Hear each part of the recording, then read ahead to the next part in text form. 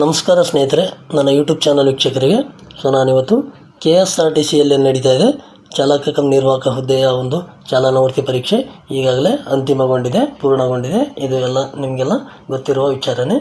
ಆದರೆ ನೀವುಗಳೆಲ್ಲ ಕಾಯ್ತಾ ಇರೋದು ಇವಾಗ ಕಟ್ ಆಫ್ ಯಾವಾಗ ಹಾಕ್ತಾರೆ ಅಂತೇಳಿ.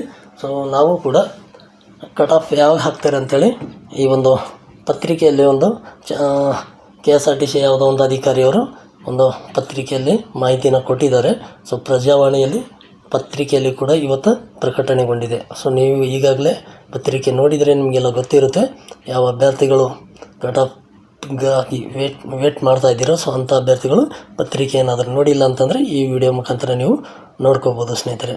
ನಾವು ಕೂಡ ಕರೆ ಮಾಡಿ ಕೇಳಿದ್ವಿ, ಸರ್ ಈ ಥರ ಪೇಪರಲ್ಲಿ ಬಂದಿದೆ, ಕಟ್ ಆಫ್ ಯಾವಾಗ ಹಾಕ್ತೀರಾ ಅಂತ ಕೇಳಿದರೆ ಪ್ರೋಸೆಸ್ ನಡೀತಾ ಇದೆ, ಕಟ್ ಆಫ್ ಲಿಸ್ಟು ರೆಡಿ ಮಾಡ್ಕೊತಾ ಇದ್ದಾರೆ. ಅದು ಮುಗಿದ ತಕ್ಷಣ ಅತಿ ಶೀಘ್ರದಲ್ಲೇ ನಾವು ವೆಬ್ಸೈಟಲ್ಲಿ ಹಾಕ್ತೀವಿ, ನೀವು ವೆಬ್ಸೈಟಲ್ಲಿ ನೋಡ್ಕೊಳ್ಳಿ ಅಂತ ಹೇಳಿದ್ರು. ಯಾವತ್ತು ಹಾಕ್ತೀರಿ ಅಂತ ಕೇಳಿದರೆ ಅತಿ ಶೀಘ್ರದಲ್ಲಿ ಹಾಕ್ತೀವಿ ಅಂಥೇಳಿ ದಿನಾಂಕ ಕೂಡ ಹೇಳಲಿಲ್ಲ. ಅತಿ ಶೀಘ್ರದಲ್ಲೇ ವೆಬ್ಸೈಟಲ್ಲಿ ಹಾಕ್ತೀವಿ, ವೆಬ್ಸೈಟಲ್ಲಿ ನೋಡ್ಕೊಳ್ಳಿ ಅಂತಕ್ಕಂಥ ಉತ್ತರ ಕೊಟ್ಟಿದ್ದಾರೆ ಸ್ನೇಹಿತರೆ. ನೋಡ್ಬೋದು ನೀವು ಈ ಒಂದು ಪ್ರಜಾವಾಣಿಯ ಪತ್ರಿಕೆ ದಿನಾಂಕ 27/5/2025 ಒಂದು ಪ್ರಕಟಣೆ ಹೊರಡಿಸಿದ್ದಾರೆ. ಅಲ್ಲಿ ಯಾವ ರೀತಿ ಹೊರಡಿಸಿದ್ದಾರೆ ಅದು ನಾನು ನಿಮಗೆ ತಿಳಿಸ್ತಾ ಹೋಗ್ತೀನಿ ಸ್ನೇಹಿತರೆ. ನೋಡಿ, ಪೂರ್ಣಗೊಂಡ ಚಾಲನಾ ಪರೀಕ್ಷೆ KSRTCಗೆ 2000 ಹೊಸ ಚಾಲಕರು ಅಂತೇಳಿ. ನೋಡ್ಬೋದು ಸ್ನೇಹಿತರೆ. ಮತ್ತು ನೀವು ಏನಂತ ಕೊಟ್ಟಿದ್ದಾರೆ ಡೀಟೇಲಾಗಿ ನೋಡ್ಬೋದು. ಫೋಟೋ ಕೂಡ ಇದೆ. ಇದು ಹಾಸನದಲ್ಲಿರುವ ಒಂದು ಚಾಲನಾ ಟ್ರ್ಯಾಕ್ ಯಾವ ರೀತಿ ಇತ್ತು ಅಂಥೇಳಿ ನೋಡಿ. ಹಾಸನ ಚಾಲನಾವರ್ತಿ ಪರೀಕ್ಷೆಗೆ ಹಾಸನ ಟ್ರ್ಯಾಕಿಗೆ ಯಾರ್ಯಾರು ಹೋಗಿಲ್ಲ, ಯಾವ ಥರ ಇತ್ತು ಅಲ್ಲಿ ಅಂಥೇಳಿ ಚಾಲನಾ ಟ್ರ್ಯಾಕ್ ಕೂಡ ನೋಡ್ಕೋಬೋದು ನೀವು. KSRTC ಚಾಲನಾ ತರಬೇತಿ ಕೇಂದ್ರದಲ್ಲಿರುವ ಚಾಲನಾ ಪರೀಕ್ಷಾ ಮಾರ್ಗ. ನೋಡ್ಬೋದು ಸ್ನೇಹಿತರೆ, ಪತ್ರಿಕೆಯಲ್ಲಿ ಯಾವ ಥರ ಬಂದಿದೆ ಅದು ಮಾತ್ರ ನಿಮ್ಗೆ ಹೇಳ್ತಾ ಇದ್ದೀನಿ. ನೋಡಿ, ಬೆಂಗಳೂರು KSRTCಯಲ್ಲಿ 5 ವರ್ಷಗಳಿಂದ ಬಾಕಿ ಉಳಿದಿದ್ದ ಚಾಲಕ ಕಮ್ ನಿರ್ವಾಹಕರ ನೇಮಕಾತಿ ಅಂತಿಮ ಹಂತಕ್ಕೆ ಬಂದಿದೆ ಜೂನ್ ಮೊದಲ ವಾರದಲ್ಲಿ. ನೋಡ್ಬೋದು ಸ್ನೇಹಿತರೆ, ಇಲ್ಲಿ ನೋಡಿ, ಜೂನ್ ಮೊದಲ ವಾರದಲ್ಲಿ ಅಂಥೇಳಿ ಕೊಟ್ಟಿದ್ದಾರೆ. ಜೂನ್ ಮೊದಲ ವಾರದಲ್ಲಿ 2000 ಹೊಸ ನೌಕರರು ಕರ್ತವ್ಯಕ್ಕೆ ಹಾಜರಾಗಲಿದ್ದಾರೆ. ನೋಡಿ, ಜೂನ್ ಮೊದಲನೇ ವಾರದಲ್ಲಿ ಕರ್ತವ್ಯಕ್ಕೆ ಹಾಜರಾಗಲಿದ್ದಾರೆ ಅಂತಕ್ಕಂಥ ಮಾಹಿತಿನ KSRTCಯಲ್ಲಿ ಯಾವುದೋ ಒಂದು ಅಧಿಕಾರಿಯವರು ಕೊಟ್ಟಿರ್ತಾರೆ ಪೇಪರಿಗೆ. ಅವರು ಪತ್ರಿಕೆಯಲ್ಲಿ ಪ್ರಕಟಣೆ ಮಾಡಿರ್ತಾರೆ ಸ್ನೇಹಿತರೆ. ನೋಡ್ಬೋದು. ನಾವು ನೆಕ್ಸ್ಟ್ ನೋಡ್ತಾ ಹೋಗೋಣ. ನೋಡ್ಬೋದು, 2020ರಲ್ಲಿ ನೇಮಕಾತಿಗೆ ಅಧಿಸೂಚನೆ ಹೊರಡಿಸಲಾಗಿತ್ತು. 2545 ಚಾಲಕ ಕಮ್ ನಿರ್ವಾಹಕ ಹುದ್ದೆ ಮತ್ತು 1200 ಚಾಲಕರು ಮತ್ತು 746 ಮೆಕ್ಯಾನಿಕ್ ಹುದ್ದೆಗಳಿಗೆ ಆಗ ಅರ್ಜಿ ಆಹ್ವಾನಿಸಲಾಗಿತ್ತು. ಆವಾಗ 2020ರಲ್ಲಿ. ನಂತರ ನೇಮಕಾತಿ ಪ್ರಕ್ರಿಯೆ ಸ್ಥಗಿತಗೊಂಡಿತ್ತು. 2023 ಅಕ್ಟೋಬರ್ನಲ್ಲಿ ಈಗಿನ ಸರ್ಕಾರ ನೇಮಕಾತಿ ಪ್ರಕ್ರಿಯೆ ನಡೆಸಲು ಮುಂದಾಗಿತ್ತು. 2545 ಚಾಲಕ ನಿರ್ವಾಹಕರ ಹುದ್ದೆ ಬದಲು 2000 ಚಾಲಕ ಕಮ್ ನಿರ್ವಾಹಕರು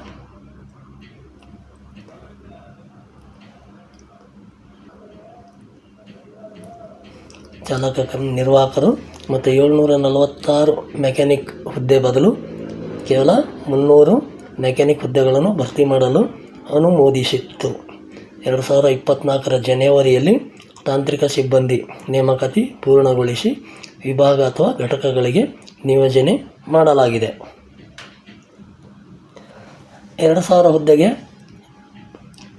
25,494 ಅಭ್ಯರ್ಥಿಗಳು ಅರ್ಜಿ ಸಲ್ಲಿಸಿದರು. ದಾಖಲಾತಿ ಪರಿಶೀಲನೆಯ ಬಳಿಕ 13,954 ಅಭ್ಯರ್ಥಿಗಳು ಟ್ರ್ಯಾಕಿಗೆ ಪಾಸಾದರು. ಡಾಕ್ಯುಮೆಂಟ್ ವೆರಿಫಿಕೇಷನ್ ಆಗಿದ್ಮೇಲೆ ಟ್ರ್ಯಾಕಿಗೆ ಪಾಸಾಗಿದ್ದರು 13,954 ಅಭ್ಯರ್ಥಿಗಳು ಅಂತೇಳಿ ಮಾಹಿತಿ ತಿಳಿಸ್ತಾ ಇದ್ದಾರೆ. ಅರ್ಹರಾಗಿದ್ದರು. ಹುಮನಾಬಾದ್ ಮತ್ತು ಹಾಸನ ನೋಡ್ಬೋದು ನೀವು ಇಲ್ಲಿ. ಹುಮನಾಬಾದ್ ಮತ್ತು ಹಾಸನದ KSRTC ತರಬೇತಿ ಕೇಂದ್ರದಲ್ಲಿ 1 ವರ್ಷದಿಂದ ಚಾಲನಾ ವೃತ್ತಿ ಪರೀಕ್ಷೆಯನ್ನು ನಡೆಸಲಾಗಿತ್ತು. 1 ವರ್ಷದಿಂದ ಚಾಲನಾ ವೃತ್ತಿ ಪರೀಕ್ಷೆಯನ್ನು ನಡೆಸಲಾಗಿತ್ತು. ಅದರಲ್ಲಿ 13,954 ಅಭ್ಯರ್ಥಿಗಳಲ್ಲಿ 12,431 ಅಭ್ಯರ್ಥಿಗಳು ಪರೀಕ್ಷೆಗೆ ಹಾಜರಾಗಿದ್ದು ನೋಡಿ 12,431 ಅಭ್ಯರ್ಥಿಗಳು ಪರೀಕ್ಷೆಗೆ ಹಾಜರಾಗಿದ್ದು 7,352 ಅಭ್ಯರ್ಥಿಗಳು 7,352 ಅಭ್ಯರ್ಥಿಗಳು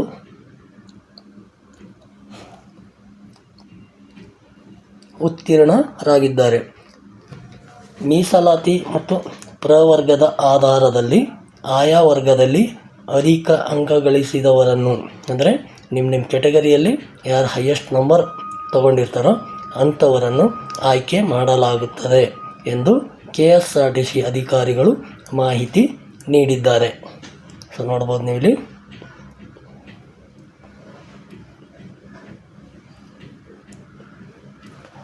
ಮಾಹಿತಿ ನೀಡಿದ್ದಾರೆ.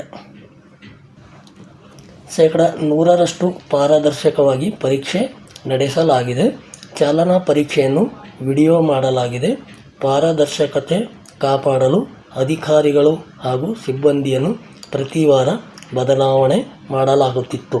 ಅಂದರೆ ಯಾವುದೇ ಒಂದು ಅವ್ಯವಹಾರ ನಡಿಬಾರ್ದು ಅಂತೇಳಿ ಒಂದೊಂದು ವಾರಕ್ಕೆ ಅಧಿಕಾರಿಗಳು ಮತ್ತು ಅಲ್ಲಿ ಟ್ರ್ಯಾಕ್ ಸಿಬ್ಬಂದಿಗಳಿಗೆ ಕೂಡ ಚೇಂಜ್ ಮಾಡಿದ್ದೀವಿ ಅಂತೇಳಿ ಅವರು ಹೇಳ್ತಾ ಇದ್ದಾರೆ. ಚಾಲನಾ ವೃತ್ತಿ ಪರೀಕ್ಷೆಯನ್ನು ವೆಬ್ಕಾಸ್ಟಿಂಗ್ ಮಾಡಲಾಗಿದೆ. ಕೇಂದ್ರೀಕೃತ ನಿಯಂತ್ರಣ ಕೊಠಡಿಯಲ್ಲಿ ಎಲ್ಲವನ್ನು ನಿಗಾ ಇಡಲಾಗಿದೆ. ಚಾಲನಾ ತರಬೇತಿ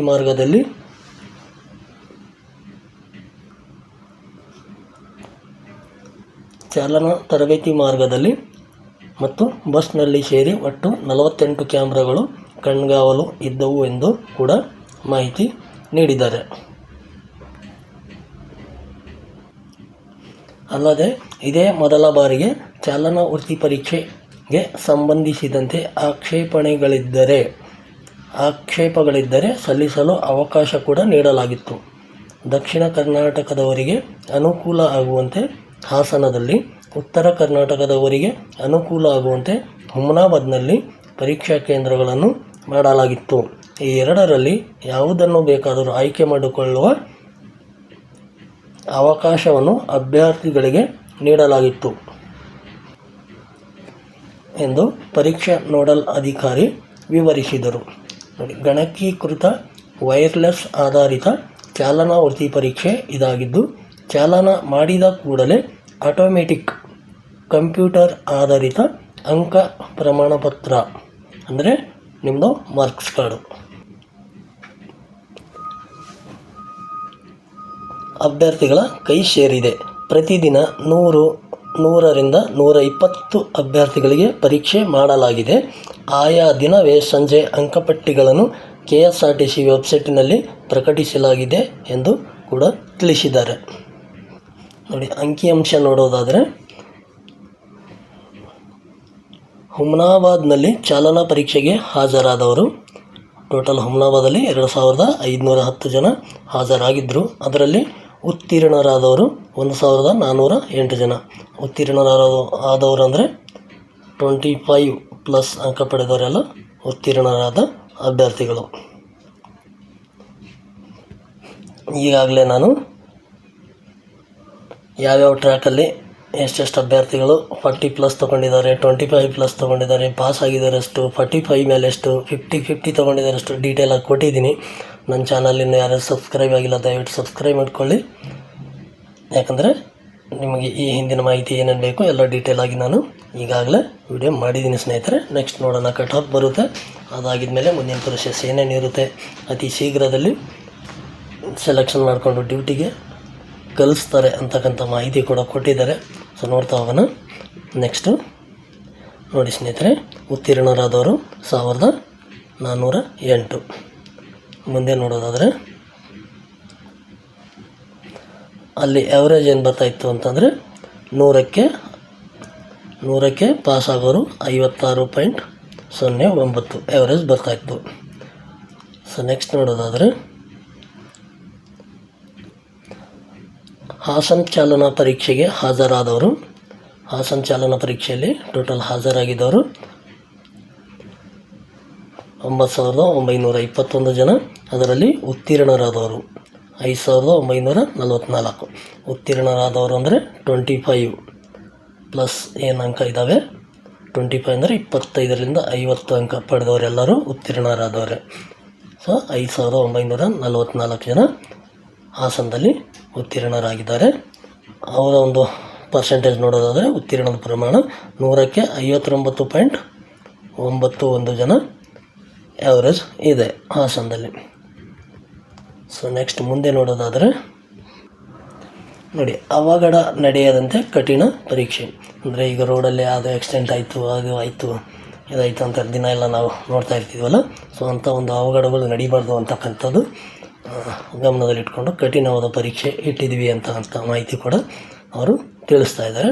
ಸೊ ನೋಡ್ಬೋದು, ಇಲ್ಲಿ ಚಾಲನಾ ಪರೀಕ್ಷೆಗೆ ಸಂಬಂಧಿಸಿದಂತೆ ಆಕ್ಷೇಪ ಸಲ್ಲಿಸಲು ಅವಕಾಶ ಕೂಡ ನೀಡಲಾಗಿತ್ತು. ಪರೀಕ್ಷೆ ಕಠಿಣವಾಗಿತ್ತು ಎಂದು ಕೆಲವರು ಆಕ್ಷೇಪ ಸಲ್ಲಿಸಿದರು.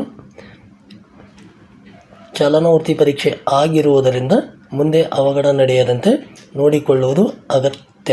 ಅದಕ್ಕಾಗಿ ಪರೀಕ್ಷೆಯಲ್ಲಿ ಚಾಲನಾ ನಿಯಮಗಳನ್ನು ಕಟ್ಟುನಿಟ್ಟಾಗಿ ಪಾಲನೆ ಮಾಡಬೇಕಾಗುತ್ತದೆ.